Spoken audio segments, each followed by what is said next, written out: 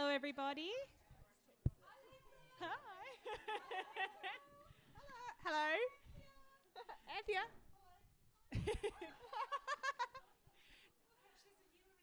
Yay for Yillering. Oh, was she well behaved? I thought she would be. I've led her off the straight and narrow now, but Thank you so much, everyone, for coming along, and thank you so much to Rachael and Anthea for travelling down to us. I think we're a bit for having us. Thank you. We're a bit lucky, aren't we? Woo! Alrighty, so just to start off, I just want to start with the acknowledgement of country. We live in such a beautiful place, so I want to respectfully acknowledge the custodians of the land, the Noongar Budja that we are gathered on here today. They've taken so much care of it, and we are so blessed to be here. I want to acknowledge our elders, past, present, and emerging, and just take a moment to think about how lucky we are. I'm very jealous that you guys all live down here. Yeah, absolutely. Well, you never know. Yeah. I've got my sights set on this place. I've just been telling Lisa. Don't worry. We have plans. Alrighty.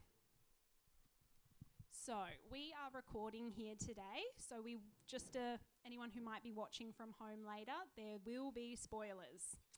So if you're not into those, be prepared, go read the book, then come back.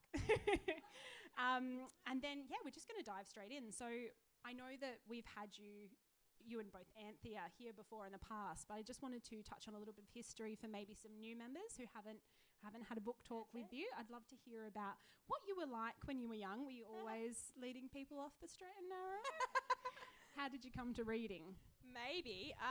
I was like a bit of a drama queen, I think, but I was not into reading in high school at all. I loved like Babysitters Club in sort of late primary school, and I did read books in, my mum read to me and stuff, but I did definitely fall away from reading in high school because a lot of the books they want you to read are not accessible to most adults, never mind some teenagers, and there was other distractions like boys that, took my time instead. So I didn't actually come to reading really. Although I think if you're ever a reader and you go through stages, like I said this to my kids too, two of them were big readers in, when they were little, and I read to them heaps. And now one's 19 and one's 15, and they, the 19-year-old's definitely back to books, whereas he went through a stage where he wasn't. I think if you're a reader, you always will come back to it. And I guess that's what happened to me. I had that hiatus in high school, but then I discovered books about the same time that I discovered reading or rediscovered books. And I loved one of the books I read that led me into it was the era of chick lit when I sort of left high school. It was the late 90s, and so chick lit was a thing where it was, Bridget Jones, Helen Fielding, Marion Keyes' books. Lisa Jewell used to write chick lit. It was very much, chick lit was a thing. And so they were the books that I and by chick lit, for anyone who doesn't know what I'm talking about, it's like, women in their 20s sort of experiencing dating and working out what your right job is, and your friendships and all that kind of stuff. So they were the books that got me back into reading, and I remembered how much I loved reading, and I haven't stopped since. How good. Yeah, they're so accessible, aren't they? I think that's the thing. Like, I read mostly to escape and for entertainment purposes. But that doesn't mean that the books that I read don't have meaning, and hopefully I write don't have meaning as well, and they make me think. But I really do want a book that I can just fall into, not feel necessarily like I'm reading, but feel like I'm part of the book, Be absolutely immersed. Yeah. And what about writing? How did you come to that? What was the transition from reading Who's to heard writer? my story about how I came to writing? Okay, only a couple. That's a few. So I'll try to be quick. So I, as I said, wasn't hugely into writing or reading all through high school. I did reasonably well at high school English, not the spelling and the grammar aspect. I was in that era where they didn't teach you grammar. There was like 10 years where they just did not teach grammar. And so I'm really, it was a bad decade. And so people ask me about certain types of grammar now. They say specific things, and I have no idea what they're talking about. So I wasn't necessarily good at the spelling or the grammar side of things, but I think I was good at the other parts of English.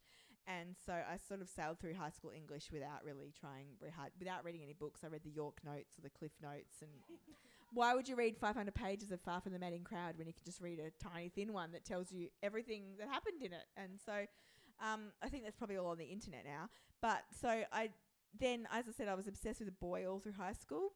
And basically, thank God there was no social media, because everyone already knew in the school that I was madly in love with him, but the whole world would have known otherwise, and the things that I put on. And anyway, we ended up going out, and I use that term loosely, in year 12, because we barely saw each other outside of school. But, I thought he was the love of my life. We're going to get married, have babies, live happily ever after. And then towards the end of year 12, he said something one day that I wasn't 100% happy with, and I said, I don't think this is working out. Hoping he'd say, no, Rachel, I'm so sorry, you're the love of my life, don't leave me. But he said, yeah, I think you're right. Oh, so unforgivable. I accidentally dumped him, and I was completely heartbroken. And so I've met a lot of writers in the last, I've actually been doing this for 25, longer now, years. I haven't been published that time, but I have been in writing since I was almost 18. And in that time, I have seen that people seem to come to writing via two ways. One is that you've always wanted to be a writer, and that you've loved stories since, you basically were old enough to understand what a reading or books were about. And the other is through therapy. And often it's more serious therapy than mine, although it was serious at the time, where you sort of write to explore feelings or to work sort of things out. And that's basically what I did. I wrote this story at the end of year 12 before starting uni of me and this boy. It was absolutely terrible. Like, I don't think we can call it a book. 80,000 words of rubbish. But I knew then you can't end a book by accidentally dumping someone. So instead of dumping him in the book, I gave him a horrific disease and I killed him off. And he deserved it. That he did. And that is where the therapy came in. But but in that time, like doing that, I just thought, I actually really like this. I love writing stories. I love, immersing myself into this world. And so I found books at the same time. I thought, I don't know, I must have just decided to pick up some books again. And so that's how I kind of decided that I wanted to do it. Then it took 15 years to actually have any kind of success. So the moral of the story is hang in there. Definitely the moral of the story is hang in there, I think. There is a lot of luck in the industry as well. It wasn't just luck for me. There's luck eventually with the timing. But I also, to be a writer, you have to be a reader. Yes. And so I was very behind. Like I had a lot of catching up to. You can learn more about writing by reading other people's books, good and bad, than you can by, being taught or reading a craft book on how to write. And so I was way behind the times. And there was a few other reasons. Google wasn't a thing when I finished school and started to write. So you couldn't just go, how to write a romance novel or how to write. I wasn't writing romance then. You can't write how to write a novel because, now whatever we want to find out, we can just Google, right? And it's there. But that wasn't a thing. But then in 2006, which is when I sort of decided it was about 10 years after I started writing. And I decided that my attempts at writing literary fiction, which I thought I should be doing because that's what I did a degree in, were going nowhere. I decided, I'll write a romance novel instead because everyone thinks that's easy, right? And so but I can Google then. So I Googled how to write a romance novel and I did start learning, things and stuff. So there was a number of reasons why it took so long. Also at 17, 18, you don't have a lot to say. You don't have a lot of life experience. And I still, don't have, I think the more years you get on you, the more, like some people publish the best books, some debut authors, like Celia Owens, who wrote Where the Crawdads Sing, Paper Palace Lady, and there's another one recent, Lessons in Chemistry. You need life experience to be able to write a good book. So that was another reason why it took me, so long. That's so true, though. There's so many incredible authors where their debut novel is, maybe they're 60 kind of thing. Yeah. Exactly. It's never too old to start. You're never too old to start writing a book. Absolutely. And then with your background in reading, literature, as you say, you studied it, where did Bridget come from? Did you always have a particular affinity with Bridget Jones? Well, I think Bridget Jones was one of the... So it came out in 96. I didn't start writing till the end of 97. So I didn't read Bridget Jones when it first came out, but my mum had it. And so I must have read it, I reckon, late teens, early 20s. And so I read it at the right time because let's face it, I mean, most people probably have heard Bridget Jones' Star, either read the book or watched the movies. If you haven't now, where have you been in the last 30 years? Seriously. It's almost 30 years. And, yeah, it's almost 30 years. It came out in 96. So in 2 years, it's 30 years since it came out. Are we all feeling old? I think I was at the right time in my life, so it kind of just, as I said, connected with me. And did you say, did I always think about writing? What was the question? Yeah. So no, Bridget Jones did not come to me till probably a couple of years, probably about 3 years ago, before this book actually. So the title came to me first with this book. And I won't go into the long, boring story, but yeah, it was basically the other Bridget Jones popped into my head because of a conversation I had with a friend. And so that came first, but I had already written a couple of years ago, or probably the last, I'm confused how many with the books, which one was last, but Outback Secrets came out a few years ago, and I had a lot of trouble with that book. It was at a really time where my writing was I was getting so anxious and so full of doubt, and I just didn't know if I could keep going. And with that book, I actually did 65,000 words before I got to so I auditioned 3 main love interests for my hero, he was the publican of the town. So I knew I was going to write about a book about him. But I wrote 30,000 words with one female love interest, and it just wasn't working. I was feeling sick every time I thought about it. My gut, I was so stressed about it. So I thought I've got to start again. And the second person, because I realised with the first lady, I didn't have anything that I could really get my teeth into in terms of issues.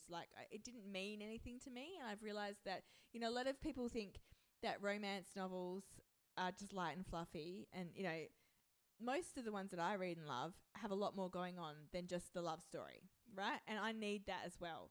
I need to know that the book is something that I'm also passionate about and interested about, as well as the love story. And that didn't really have anything. So then the second iteration, I thought, okay, I'm going to write it. What's worrying me, or what am I thinking about at the time? And one of my friends had lost a sister to suicide, but also in the country where I was living at the time, or had been living not too long ago, men's mental health was a real, problem. It still is. And so I thought I want to write about that. And I wrote this character called Bridget, who was a librarian who was coming back to Bunyip Bay because her brother was suffering, really problems with mental health. And she was a librarian named after the famous Bridget Jones. Her surname wasn't Jones, like my character is now. It was just, but exactly, her mum had named her Bridget. Her mum had named all her kids after fictional characters that she'd loved. And, so she didn't feel cursed necessarily, I don't think, but she had that superpower that she could turn any non-reader into a book lover immediately by knowing what. So I liked that, but I had to get rid of that 35,000 words because for other reasons the book just wasn't working. So I put that aside, forgot about her, and then when the title came into my head, The Other Bridget Jones, I remembered her. And I thought, okay, I'm going to write, this is about a librarian, I'm going to take some of that story. So yeah, I hope I answered that question. You did, absolutely. I love that you were able to sort of rescue something that wasn't fitting. I mean, the rest of the book is nothing at all. Like, that character is, in the end, probably nothing like the character that I wrote. Yeah. And the issues in her life are not the same issues that my original Bridget was dealing with. Yeah. But it was that whole librarian thing and the name that I thought, I want to do that. Yeah. And I loved the librarian aspect. I loved that all the librarians were a bit wild. I know. I can tell you some stories about librarians. Go on. Because, I think most of us, looking around, not judging anyone on age or anything, but most of us are probably of an age where, when you're at school, it was like, shh, as soon as you go in the library, librarians are serious, they're strict, they're quiet, like they wear twin sets and pearls and, they don't party. And yet I've met many librarians over my life, but especially in the last 10 or 12 years since I've been published, because I've done a lot of library events. And none of them have been like that. You don't, in Australia, I learnt the other day, this is still a thing overseas, but in Australia you don't have to be quiet in a library now, like they're quite, you hear the kids, stuff, and people are happy, you can have a chat about your book clubs and stuff, and nobody's yelling at everyone to be quiet. But I also went to the librarian conference a few years ago on the Gold Coast, quite a few years ago now, because it's pre-pandemic, And when they had the awards ceremony, and after that there was like a bit of a dance. The music went on, kind of the lights went down. The librarians were actually dancing on the tabletops. I kid you not. And I mean, Anthea and I have been to some romance writers conferences that can get pretty wild, but I didn't expect the librarian conference to get wild. So I love all the librarians, similarly to the people I've met who work in bookshops or own bookshops.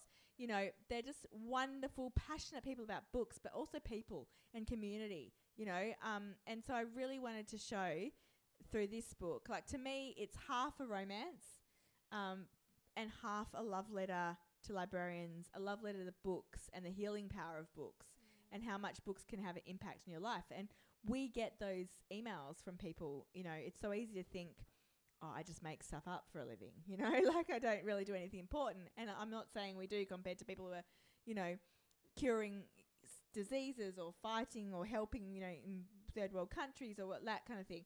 But you get an email from someone and they will say that your book has helped them through a dark time in their life, or that they've even changed their life because of something they've read or they felt seen. And so I really wanted to show that in this book. So to me, it's half a romance, half a love letter to books, librarians, and the whole sort of book industry. Yeah, and the community that they create as well. I loved that Bridget was so passionate about the community that the library creates, not just for readers, but for people who just need to find kindred souls. Or I think that's a wonderful thing about books, bookshops, libraries. And I mean, many of you here, who's a member of the Rachael Johns online book club? I know I've talked to a few other, and Anthea and I run this book club. It's only got my name because I started it, but Anthea's been here pretty much from the beginning, and that's why she now says co-hosted with Anthea. But through that group, I can really see how people connect with other people through books, people they haven't met necessarily before. People have made friendships through that. And so, it's really, the community of books is really important to me. Yeah. Beautiful. Or how do you join? Does it say? So if you're not a member, we used to have cards that we haven't brought any with us, but you can just go on Facebook, or there's two ways. You can go on Facebook and you can search Rachael Johns Online Book Club and it'll come up, or you can go to my website, which is just rachaeljohns.com, and there's a book club page on the website and you can find it there. Yeah. Excellent. Thank you. Everyone check it out. And then also just something that kept with me. I loved the character of Janine. Oh, and then when I read the acknowledgements in the back, I was like, oh my goodness, there's a real Janine. Yeah, you might get in a book, Lisa. Yeah. There you go. Best be on my best page. But how did you come across Janine? Was she a librarian at your local book interesting. library? I'm just trying to remember how I first met Janine. So I did an event with Janine. So Janine is a librarian at Bundrell Place Library in Narrawarren in Victoria. But she's also a member of our online book club. We did our first in-person retreat. Actually, a couple of people from Albany came last year. We did our first in-person retreat in Harndorf last year, and Janine was there as well. This year we're going to the Gold Coast. There's still tickets for anyone. But so Janine, I just knew. So her name. So one of the main characters, or one of the not main characters. One of the main librarians is called Janine. She was actually Sharon when I was writing it. But because I asked Janine, because she's a librarian, I asked a couple, but most of Janine was most helpful. Like, even though I have worked in a library, I used to work in Kojonup Library. I lived in Kojonup for 6 years, so I worked in the library a few mornings a week. But I'm not a librarian, and so I was, I was kind of just there, not doing all the things. So I have a bit of an idea, but I asked Janine, can you let me know, like, what are some things that, what are all the tasks of a librarian? I asked my friend Fiona Palmer this about farming too. Like, what would you be doing at this time of the year? She's always like fencing. I'm like, seriously, does no one do anything but fencing on farming? No. Anyway, but so I asked Janine and she sent me a whole, long list of things. And so when she did that, I thought, I'm going to call one of the, characters her name instead. So yeah, I met her through either an event or the online book club. I'm not sure which came first. I loved her. I loved that she was the mother figure. Yes. Of the group, of the librarian group. Yes. No, she was fun to write. All the librarians were, and she's not the only person I've met who I've put in books. So like a couple of years ago, I wrote a book. I'm trying to think. Oh, Just One Wish.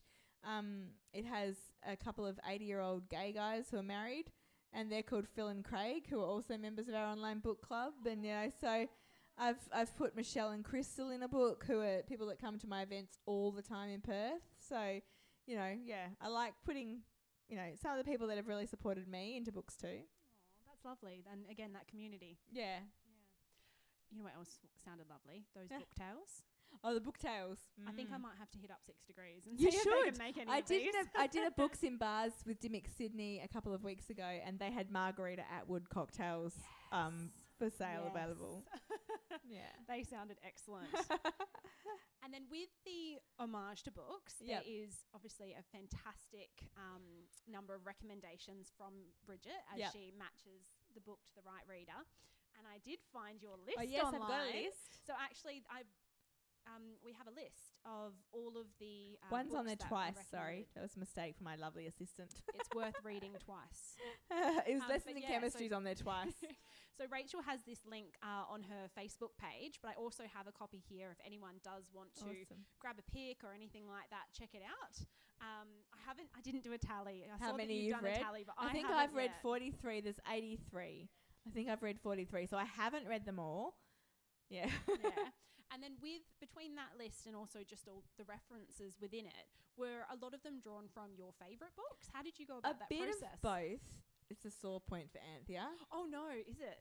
Anthea's book, The War Nurses, was there, but then it got taken out. Anthea's book, The War Nurses, if you haven't read it, it's a fantastic book, exactly. And it's a historical fiction on the nurses who were massacred on Banker Island, which a number of them were from WA, and Anthea was related to one who was from Uraling. Is that when? Yeah. I was just checking that I got the town right there. But so I tried to put that book in there. So what I originally did, if you've read that, there's book clubs in there, and then there's also, she recommends books to various people, and then there's people reading books in libraries. So there's lots of different ways where books are sort of mentioned. But for the book club particularly, I wanted to read books that I wanted them to discuss books that I had known and loved, so that then their discussions I could write, right? So and the first one was Anthea's, and I actually shared it a couple of weeks ago on my Facebook page, the draft that was taken out. They let me, we've worked out since that they only let me keep male Australians, so I'm not sure how. So basically my publisher said, yeah, I know, it's a patriarchy, it's like subtle, but you don't even, our publisher's a woman, we have the same one. But no, so I had Anthea's book, I had lots of friends' books, I was trying to put Australian fiction that I loved, and my publisher said, look, I really, really love that you've put these Australian fiction books, but if we have any chance of selling it overseas. Now, this is my biggest regret about this book. I wish that I had not, submitted to that, and I had kept Anthea's and other friends, not just because she hates me now, but because I think I've always been, Australia's the most important thing for me in terms of readership.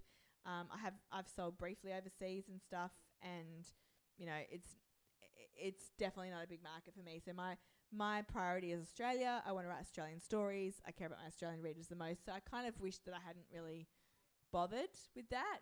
But I was with a new publisher. You kind of a lot of pressure. You got to kind of follow some things. So I did manage to keep Michael Trant's book. I know he's been down here. The only reason I managed to keep Michael Trant, though, is because there's an old guy, which you probably, if anyone's read it, Edgar in the book club, who doesn't read normally, and so Bridget is trying to convince him to read books, and he starts with the Lee Child books. Now, Lee Child cover quoted Michael Trant's book, so I got to manage to say, well, if you like Lee Child, you should read. So I got to keep that. I got to keep Trent Dalton because he's quite well known now overseas as well. And there's another, Matthew Riley. So I got to keep 3 males. I just realised. Yeah. But yeah, the books were all ones, some of them I've read and loved, especially the ones that have been discussed quite a lot.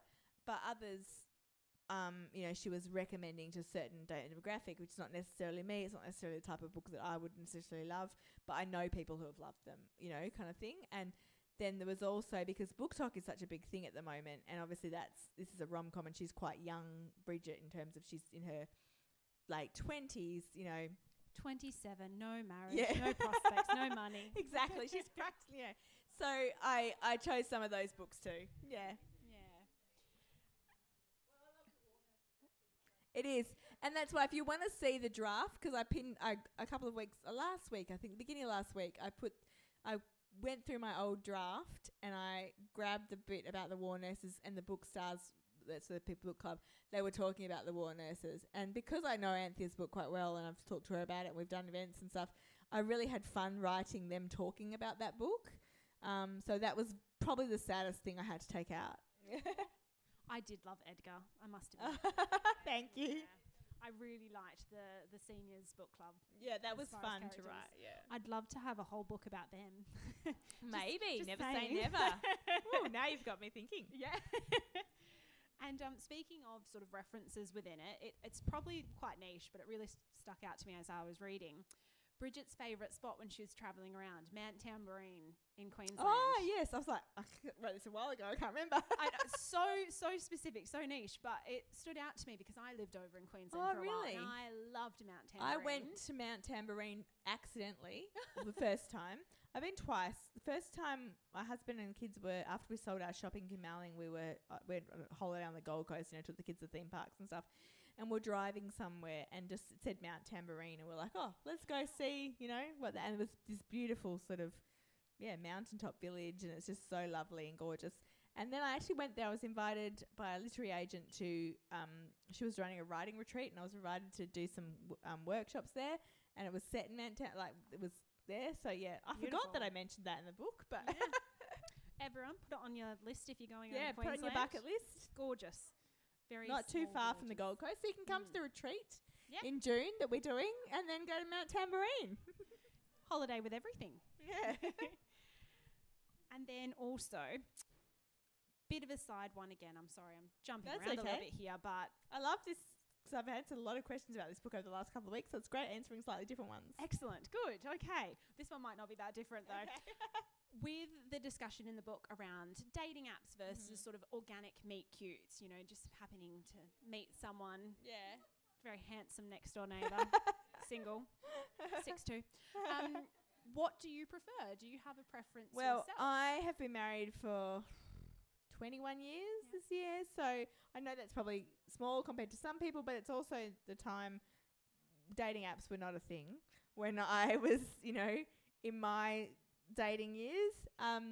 And I remember speed dating just came in, just around the time after, and I'm kind of devastated that I never got you missed to. out on it? Yes, and I've got friends now who have separated from husbands and stuff, and a bit and they're on the dating apps and stuff. I'm fascinated by it, but it also sounds very, very terrible. Part of me thinks it's terrifying, but another part of me thinks it's so much easier to narrow down, I don't want that type of person, so I'm Doesn't not gonna like dogs out the yeah, door. exactly.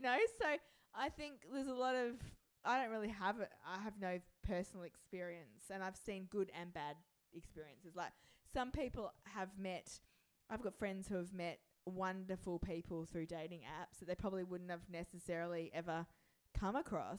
And they've got this gorgeous, lovely relationship second time round, second serious, And then other people, the horror stories. So I think it's like everything, there's pros and cons.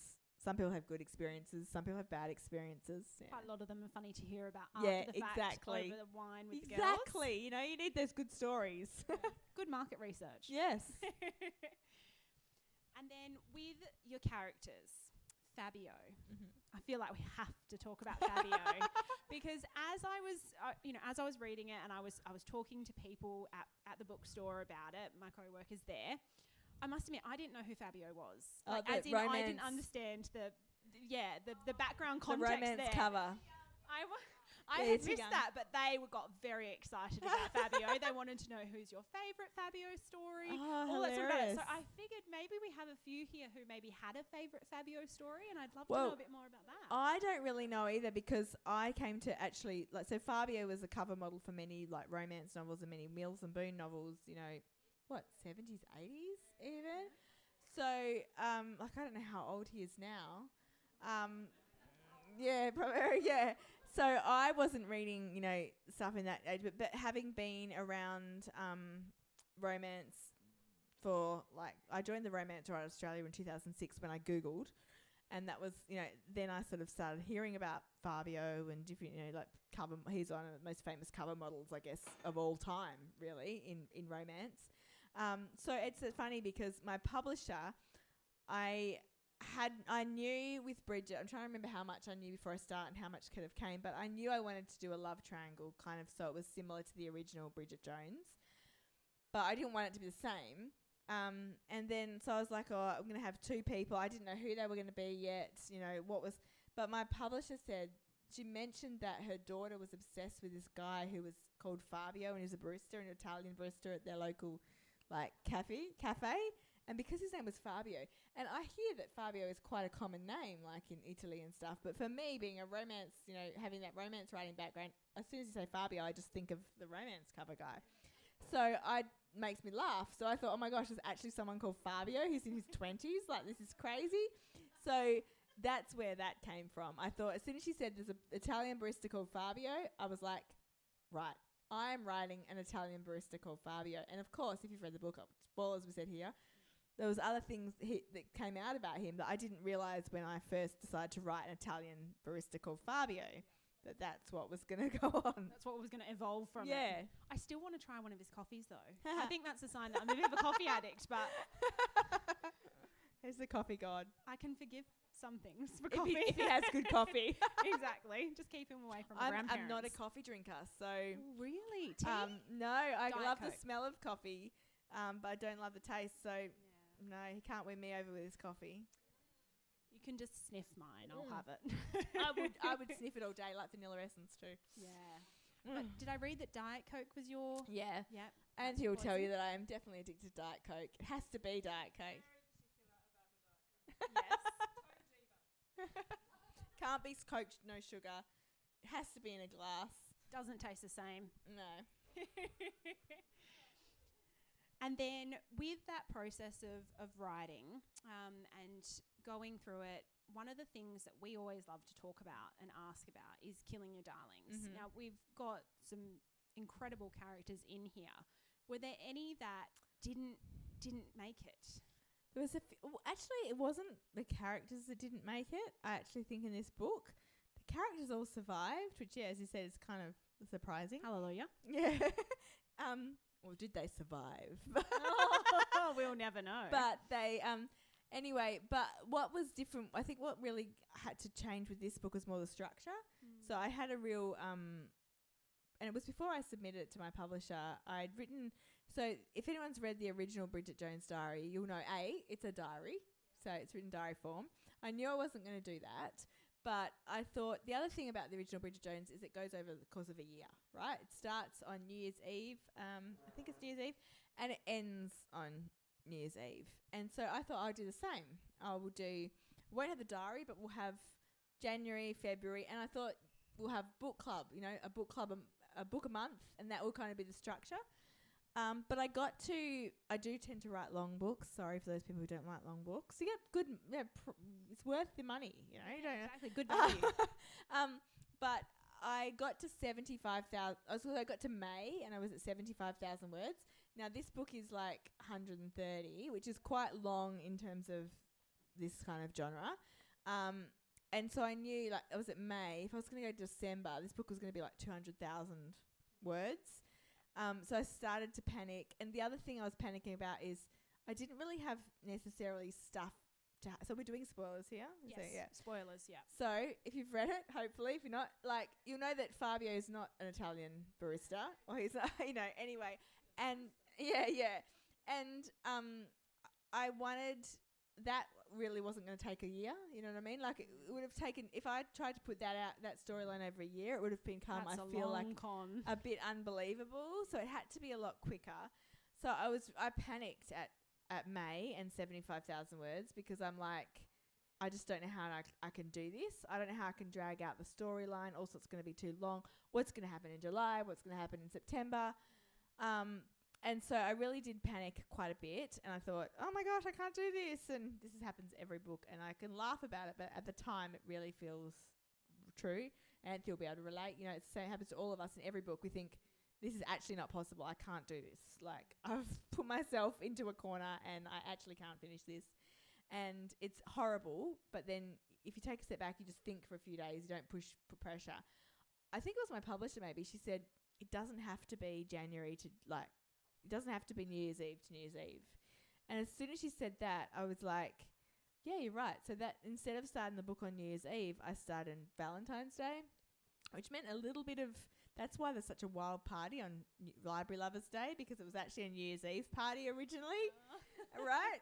And I was but then I was like, oh, well, it's fiction. We can just say that this happens in the library, you know. But so as soon as so it was more the structure with this book. It wasn't any characters. It was just that I had to work out that, it had to happen over a shorter period of time than I was trying to do. Yeah. Yeah, no, that makes sense. And how long was sort of that process back and forth of trying to go, oh, actually, I can let go of this? I think it was up like a few days to a week where I was really feeling ill about it, you know. And then it was a lot of work to fix it because I'd written 75,000 words and I had to, it seems easy, I would just chop the beginning and make it. But you know, I had to sort of retrofit the party to Library Lovers Day. And then there was things that had happened before Library Lovers Day, because Library Lovers Day did happen in my original book, but it happened, you know, a fair few chapters in. And so the stuff that happened then I couldn't do on the first night, you know. So it's a lot of, I think writing a book is a lot about problem solving and a lot about, you know, you do have to kill your darlings. Like there was scenes that had to go because they no longer fit because of the timing. Yeah, I liked them. Yeah. But I'm like, well, unfortunately that's too bad, you know? Yeah.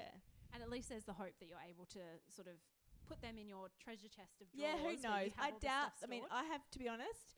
I have never used Bridget is the only character or the only like vaguely part of character I've ever used from anything that, you know, I wrote for a number of years before getting published, and so I've got a number of books in the drawer that will never see the light of day, and pretty much nothing has ever been used. Like you don't get rid of it, but I don't think the only thing my next book is set in Bunyip Bay, which is my fictional town, but it's a circus comes to town, and I did one of I call my Mills and Boon rejects when I was trying to write for Mills and Boon a few years ago, was called No Business Like Show Business, and it was set in a circus. So I've finally written a circus book. But I love a circus. I love a circus This is exciting news to me. I'm a bit of a joke at work actually about it, when they're like, it's got a circus in it, and I'm like, oh, good. Oh, well, good. I'll make sure you get a copy. Excellent, thank you. And a bit of a topic change, but I don't want us to run out of time, and I really would love us to talk about Bridget and her disordered eating. As I was chatting to some of the members earlier, it was one of the things that we sort of discussed, that we don't get a lot of fiction or non-fiction really that discusses disordered eating, and especially in a way that feels authentic. How did you find writing that process, researching that process? I didn't have to do a lot of research because I had anorexia in my teens, so it's something that I have had close to my heart all my life. I'm 98% recovered, I would say. As Anthea knows, I can't starve myself now. But I do always think, I shouldn't be eating that, you know, like even if I do eat it, you know, like, and I think a lot of us have those sort of feelings, like. But so the research wasn't really an issue because I have been there. But it's interesting you said there's not a lot of books that discuss this sort of topic or address this topic. And one book I think does really well, and it's bulimia. And I wrote about anorexia because that's what I had. My mum was bulimic, my cousin was bulimic too, so it's been like a thing in our family. But Marianne Keyes' book Grown Ups really does well with the bulimic in eating disorder. But I think one of the things, so years ago, as I told you, I wrote many books before I got published. One of them that I attempted to write, and this is when I was in my era, so I had my literary fiction era, trying to, you know, write something that might win the Pulitzer, and then I decided that wasn't working, so I'm going to write Mills and Boon. That didn't work either. But in my trying to get there, I got quite close, and one of the books I wrote there, I can't remember what it's called, but it was the main character, or the heroine, had anorexia during the book. Like it was, and the rejection was one of the reasons they rejected that book was that it's a very heavy. So if you've read any Mills and Boon, they're short books, right? The focus is very much on the romance. Like, it's literally not much else going on apart from the romance, and that's fine. That's what it is, and that's what people are. But she was like, it's you need to, you kind of need to be whole. You kind of need to be in a certain place to fall in love, and if you're that much involved in the middle of an eating disorder, they were kind of like, you don't, the time period of the Mills and Boon was not enough to deal with that book, that kind of topic. It's a dark topic to be actually going through an eating disorder, you know. And so I think I had that in my head for years. So I always wanted to write about it, but I didn't kind of know how.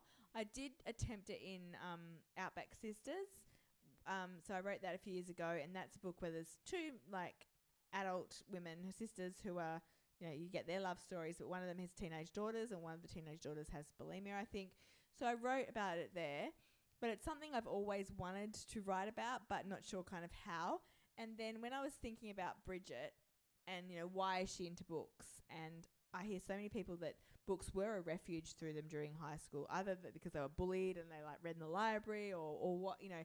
But I thought, well, maybe she was in hospital. Like, and then I thought, what could she be in hospital for? And then suddenly it clicked to me.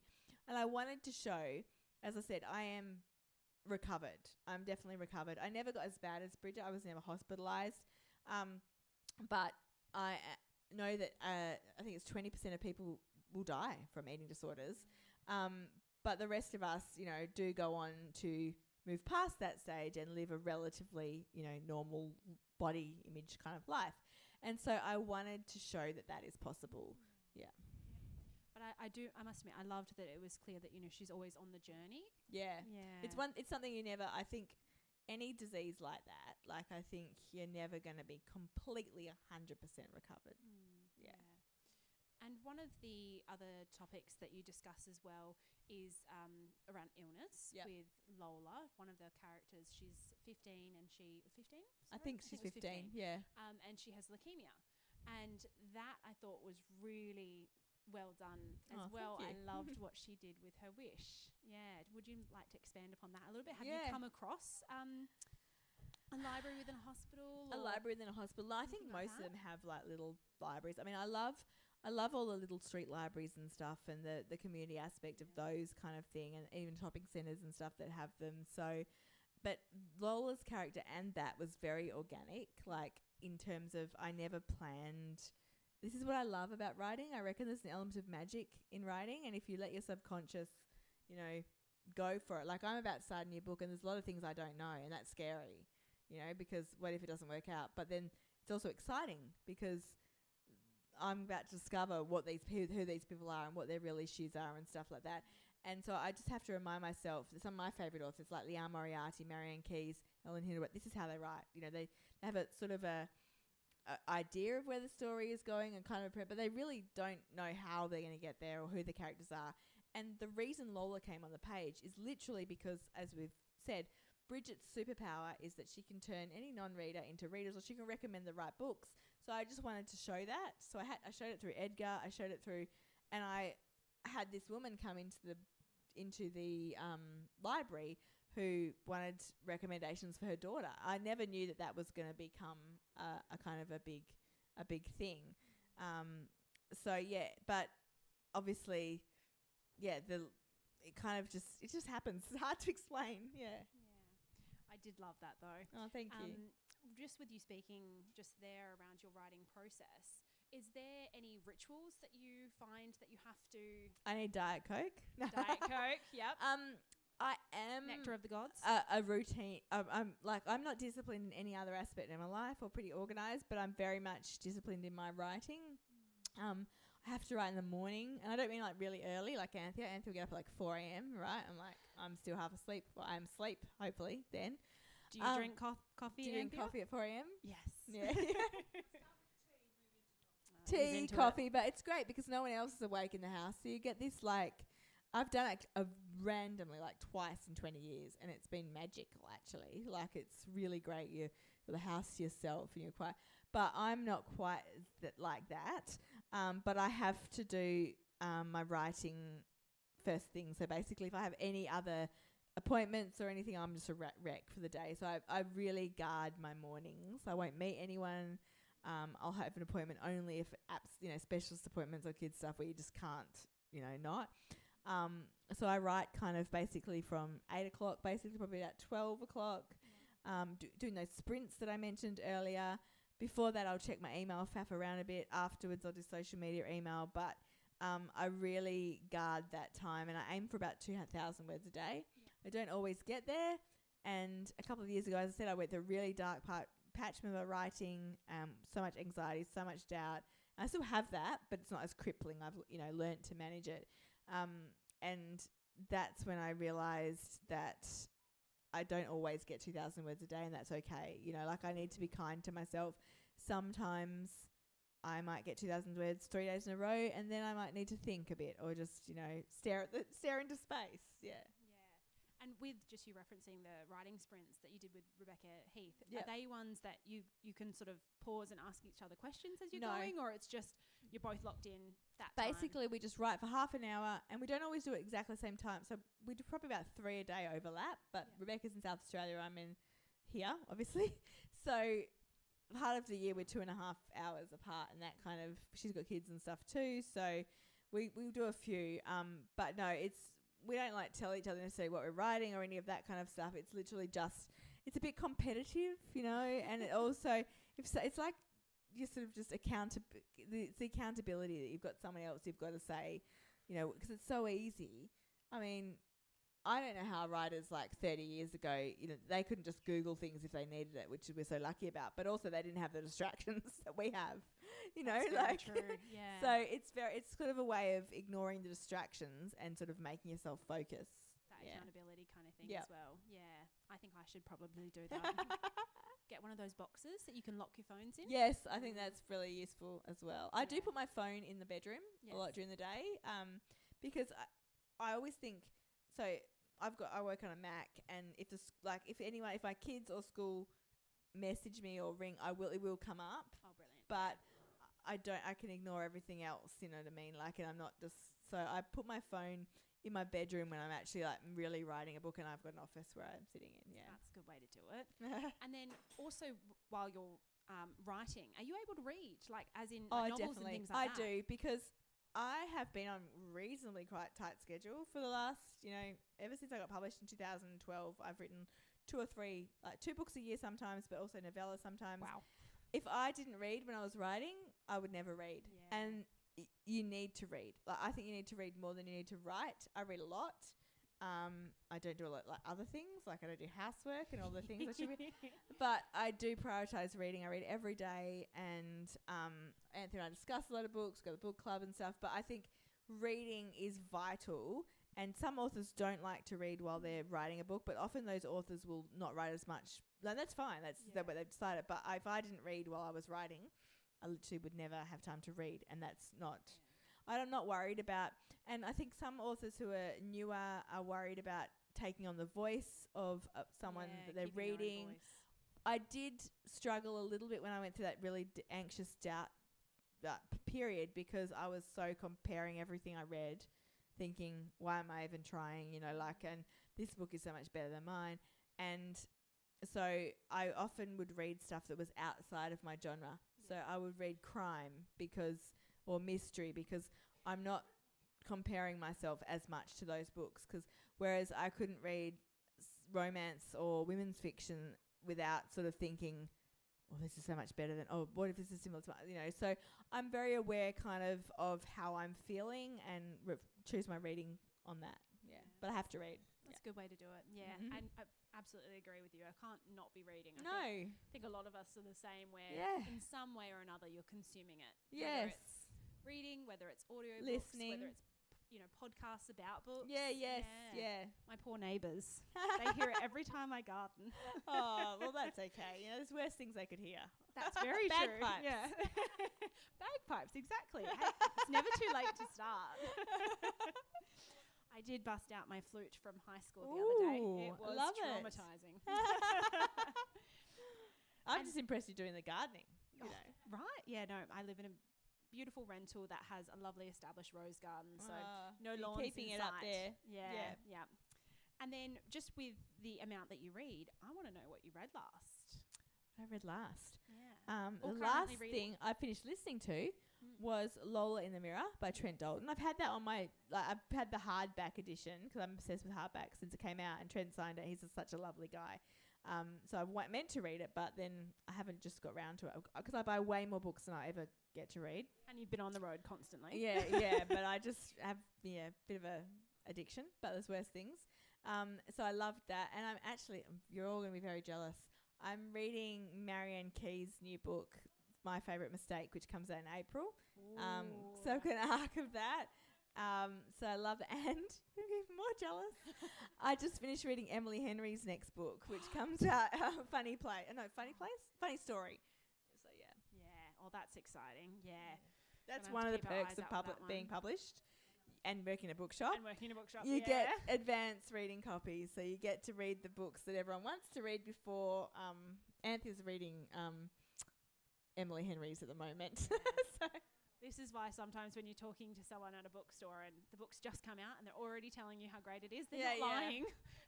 They've just had a chance to read it before it came out. Yeah. And then, what are you reading that you've loved? Okay, so this is also leads into one of my next questions. I was reading the last 2 books in the Thursday Murder Club series. Oh, yes. By Richard Osman. I've only read the first one, but I'm going to listen to them soon on audio with my husband when we go on a road trip. Yes, so the audiobooks are brilliant. And this was one of the questions that I was going to put to the audience was actually, what audiobook recommendations do you have for Rachel? Because she is going to be going on a road trip and she needs some recommendations. And I thought, I think we can hook her up with those. Yes. So that's definitely one that I think you should I continue think that's one that we're going to, as I said, I read the first one, but when it came out a long time ago, and so I think we're going to listen to the Thursday Murder Club with my husband. So we're going to, we're going from Washington, D.C. to New Orleans in a couple of weeks. So, yeah. Yes. Yeah. How good. So, anyone have any recommendations for audiobooks Anything they else? want to Has to be something that my husband will like too. Yeah? Oh, I love Sophie Kinsella. You know, my favourite one is Wedding Night. I don't know if you've read, it's the funniest. I've laughed more in that book than any other book. Where it's a physical pain because you've been laughing so hard. It really was. I want to reread that one. Yeah. Anyone else got any audiobook recommendations? Or even just a book to check out? No? We're all quiet. Oh, yeah? Oh, my husband loves Terry Pratchett. Ah, cool. She Shall Wear Midnight. Okay. What a title. I know. He has some great titles, actually. Oh, I love it. Yeah. That's the best thing about audio. I mean, because I've lived in the country, as said, in Kojonup and Goomalling as well, and audio with my kids as well. They would never fight in the car when we listened to audiobooks. If we didn't have an audio, because I was a bit of a screen Nazi. So it was like audiobooks or nothing. And, they wouldn't fight if there was audiobooks in the car, and it was pleasant. But if they had no audiobooks, it was bickering the whole way. Yeah. Well, at least you found the hack. Yes, true. Definitely. Are they coming with you as well? No, they're not. My youngest is going to Europe for a school trip, and my oldest is almost 20, and my other one's almost 18. And we decided they can stay at home by themselves while the 15-year-old goes to Europe. We would go to America.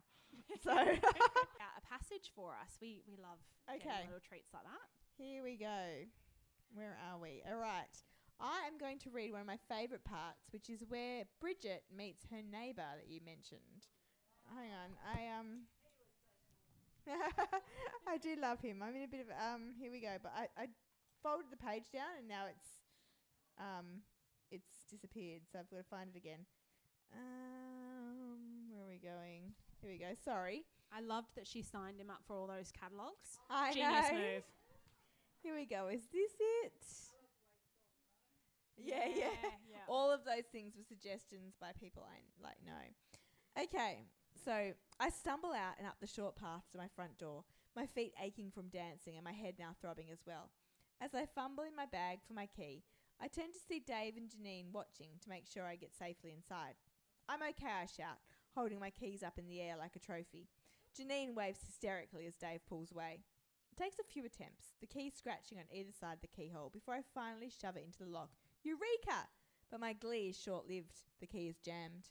I try to yank it out again, but it's royally stuck. My heart rate picks up as I wonder what's going on. It worked perfectly fine earlier today. Just when I'm starting to think I might have to sleep out here, the door flies open and I fall into the house, right into the very hard, very bare chest of a man? What are you doing in my house? I demand, the alcohol making me braver than I probably should be. What kind of idiot confronts an intruder like this? I think of all the romantic suspense novels I've ever read and shudder. He could be a murderer or a rapist in waiting. I should be running in the other direction, calling the police on my mobile, but then I hear a muffled bark. Where's John Brown? I try to look past the man. What have you done with my dog? Your house? The very built burglar / rapist / murderer looks most unimpressed. Uh-huh, I nod, feeling less confident of this fact.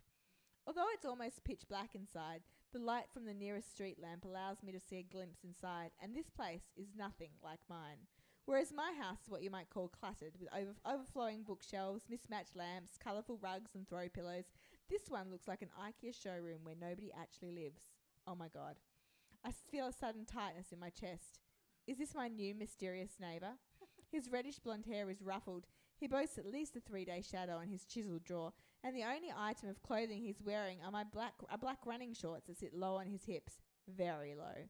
My mouth goes dry and my near-naked body erupts with goosebumps. Shit. Does the bark sound distant because it's not inside, but next door? I take a step back to assess the front of the duplex properly, and my head spins. I should never have had that last drink. Whereas my front courtyard boasts several pot plants and my prized collection of colourful garden gnomes, this one is bare, except for the most boring doormat I've ever seen. It doesn't even say, welcome. Oh, sugar. I gulp and look back into my neighbour's scowling eyes. I think they're emerald green, but would have to see them in daylight to be sure.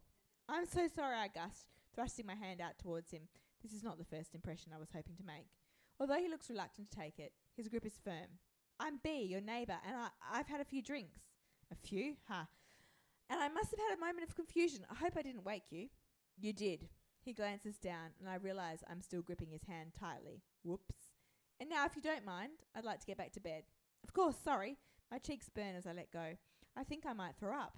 I don't usually get this drunk, but I've got some bad news tonight. And what did you say your name was? He glowers. I didn't. From next door, JB starts barking again, and my neighbour lets out a deeply aggravated sigh as he yanks my key from his lock. He drops it into the palm of my hand, and I have an experience akin to being struck by lightning as he closes my fingers over the top of it. Holy hell. I know it's summer, but it feels really hot out here. Our gazes lock, and time seems to stand still, but when he finally opens his mouth again, all thoughts of my electric shock are forgotten. Please, he begs, just go home and silence that beast. Beast? Heat of a different kind flashes through my body. I'm about to tell him that JB is nothing but a real-life teddy bear, but before I get the chance, the door slams in my face. How bloody rude. No need to be an arsehole, I mutter, as I walk the short distance next door. This time, the lock turns easily, and I make a mad dash into the bathroom, cursing Kieran and Rory's cocktails, and vowing never to drink again. There we go. Is that all right? Thank you so Thank much. you. Now, we won't be doing that if we have book tales. Thank you so much for reading that. That is a very, very good meet cute, I must admit. Thank you. Hopefully I get new neighbours soon. And then probably the last question from me, and then we'll open up to questions from our members, is what's next for you? Well, I've got my Circus Rule romance book coming out at the end of the year. Yeah. I think it's called Outback Reunion. We're having a little bit of I wanted to call it Outback Fling, but my publisher didn't like that. So we're having a bit of, so that is. They're so opinionated, I know. That is set in Bunyip Bay, which is my fictional town, and it's about an AFL footballer who returns to the family farm and a circus performer who comes to town, and they had a one-night stand years and years ago. And that was a lot of fun, but also hard to write. And I've just started writing. So if you've read this book, you'll know that Bridget has a friend called Fred. Yep. I've started writing Fred's book. Yes. It was going to be called The Wedding Trap because when I did the structural edits for this book, so I submitted the book to my publisher and she gives me her feedback and stuff. And she said, look, I like Fred. I get what you're doing because Bridget's like, this romantic, optimistic type person. Fred is, it's opposite attract friendship. She does not want love, does not want romance, does not thinks it's stupid. Big on the all apps. that kind of stuff. Yeah, big on the apps. And so my publisher said she's also like she tells her how it is. She's sometimes a little bit almost cruel, she said. And so I'm kind of like, why is Bridget her friend? So I had to tone her down a little bit. And as I was toning her down, so I wrote, it was my mum, and I'm like, oh no, are we live? Like, we're not live, no. Okay, that's good. Anyway, Bridget is, so my publisher said tone her down, and I wrote this scene in there where Bridget makes her cry, and I just wrote in there, originally she just made her cry, and I didn't say anything. And the structural edits I wrote, there was only 2 times that Bridget had seen Fred cry, and one was when her cat died, and the other was when her mum said she was getting married for the 4th time. And in writing that, I suddenly thought, okay, that's why Fred is the way she is. Because I wrote the secondary character, Fred, just because I wanted her to be different to Bridget. I didn't really think, because I'm slow and I haven't worked out that after 15 years of writing I should have reasons and motivations for people. But I didn't really think, why is Fred like this? Because we didn't need to know necessarily in that book. But in that sentence, I thought, this is why she is the way she is. Her mum has married multiple people, and obviously that's affected her, growing up. And so then I suddenly had this idea. So I always loved The Parent Trap growing up, the original.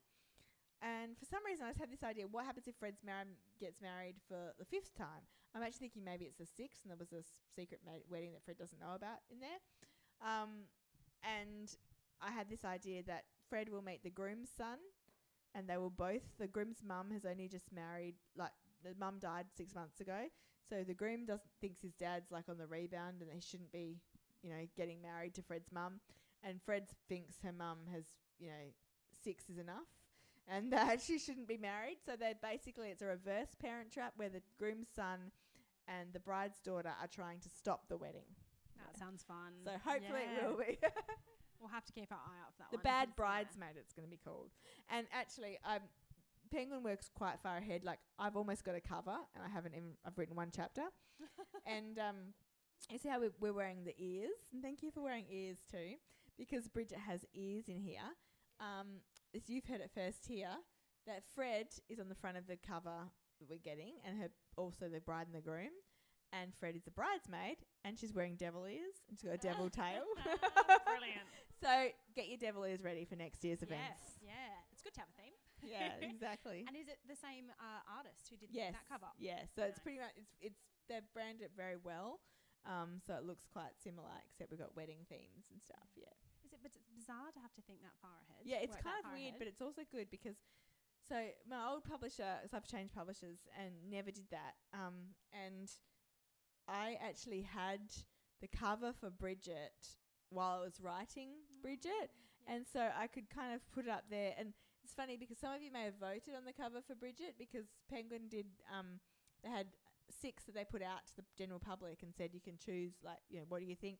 Put it on my Facebook page too. And so I had 6 different covers, and I was actually I'd changed my mind about which one felt right about the book. And so I'd put it in front of me on the screen because I write with like my laptop, but I've got this bigger screen that's completely a waste of time because the stupid old computer doesn't work really, but it's there. And so I'd put this cover up that I was feeling most about it as I was writing, and that would kind of be in front of me. So I'm now going to have the Bad Bridesmaid new cover up there, and it could have just reminds me, I guess, what the book's about. Yeah, that's good inspiration. Yeah. And gives it a use. Yeah, exactly. It gives my boring computer that can't do anything else, a meaning in life. Exactly. We've all got to have those. So, audience, do you have any questions? I do have a roving mic, which first one that I've done. Love I'm sorry. A roving mic. I haven't got it prepped. It's over behind me. So I can go and grab it, or if you just want to shout it out, we can repeat it, and then that way the recording will capture it. Don't be shy. Is your group shy? Because I found at events, people will take forever to ask the first question. As soon as one person asks the question, yay! Everyone's saying, "Hi, Anna Maria." Hello.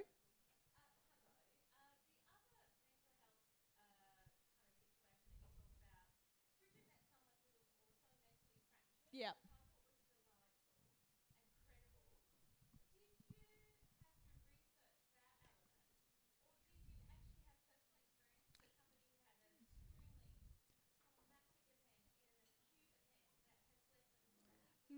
A bit of both, probably. I haven't personally, no.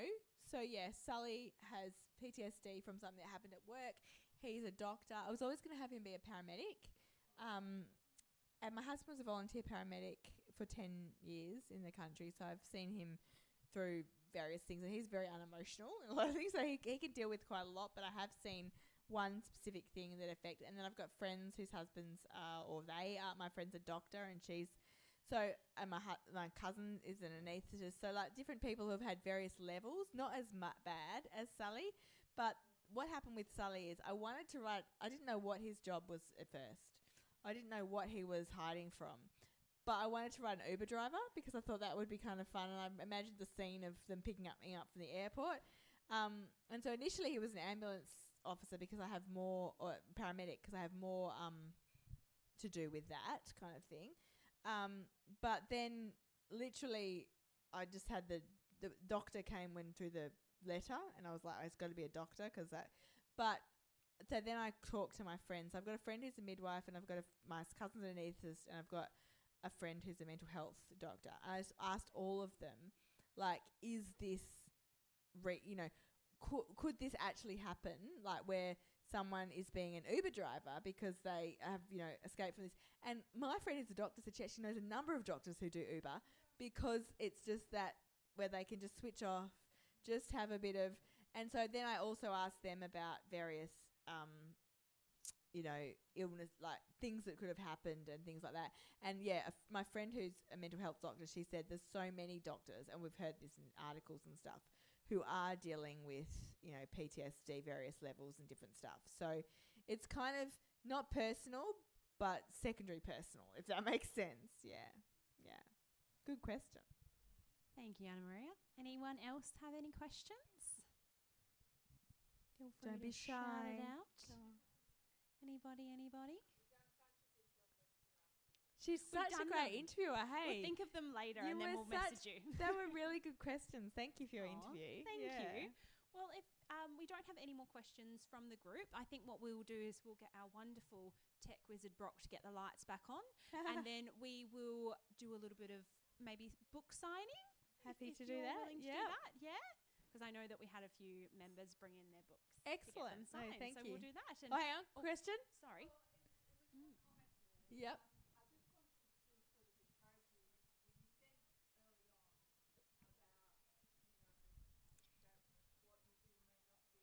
Yeah.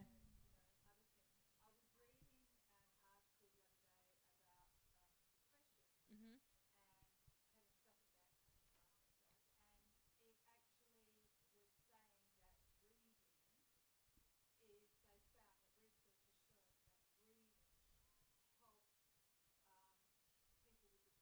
Yeah. Wow, that's interesting. More than exercise and all those sort of things. Yeah. No, thank you. I do realise that now from having spoken to, a lot of people and had emails and different stuff, which is one of the reasons why I wanted to, to showcase it. Like, and yeah, there's lots of people, like I even got an email last week. Someone said, thank you for your latest book. Like, I'm just going through a really dark time in my life, but just reading that gave me, some joy. But I've actually also had a couple of, I love sharing these stories, so I'll share them with you quickly. Since we're almost, people saying that how their lives, they've changed because of reading one of my books. So one is, I wrote a book called The Greatest Gift, which is about egg donation and hot air ballooning, because I like to write, I like to write something serious, but I like to light and dark, fun and serious in all my books. So, you get a bit of both. And someone emailed me after reading Their Greatest Gift, and they said that they read my book a few months ago, and this is like quite a few years ago now, a couple of years ago. And they were a 40-year-old woman. They, had a really good job. They'd paid off their mortgage. They had great supportive friends and family and stuff. And they'd always wanted to have family, like kids their own, but they'd never met, Mr. Right, or the person kind of to have a family with. And although they knew about egg donation and stuff, and sperm donation, because my book's not about sperm donation. They just, until they read it, a book about egg donation, they'd never sort of really contemplated that that's something that they could do. And so she sent me an email with the 3-month ultrasound of her baby, and she said her family and friends are so excited. Mum's like, she's got so much support, and she's having a baby because she read my book. And then 6 months later, she sent me a photo of the newborn baby. And she didn't call it Rachel, which I think is a bit... That's the only thing I'm disappointed about. But it was just so special. That's one of the most special things that I've ever heard. And then last year I was in Lismore for doing an event. And a lady came up to me, she goes, "Thank you." And I was like, "That's good. Thanks, fine. Thank you. What did I do?" And she said, "Because of I read your book, Fly in the Nest." Now, Fly in the Nest is about a divorce. It's not... it's not the main character does not choose that divorce. It's thrust upon her. But this woman said, "I read your book and it gave me the courage to break up with my husband. And I'd had a really terrible marriage and I'd just been so disappointed for years. But reading how your main character, found a new life, recovered from that and moved on, gave me the courage to do the same." So this is stories like that which made me want to write this book, to show that, it's not a cure. You might need therapy, you might need medication and stuff, but reading can really have a big impact on your life. Yeah. Absolutely, so true. Thank you. That was a lovely comment. You're absolutely right. I think we've all had our lives changed by writing and reading. Yeah.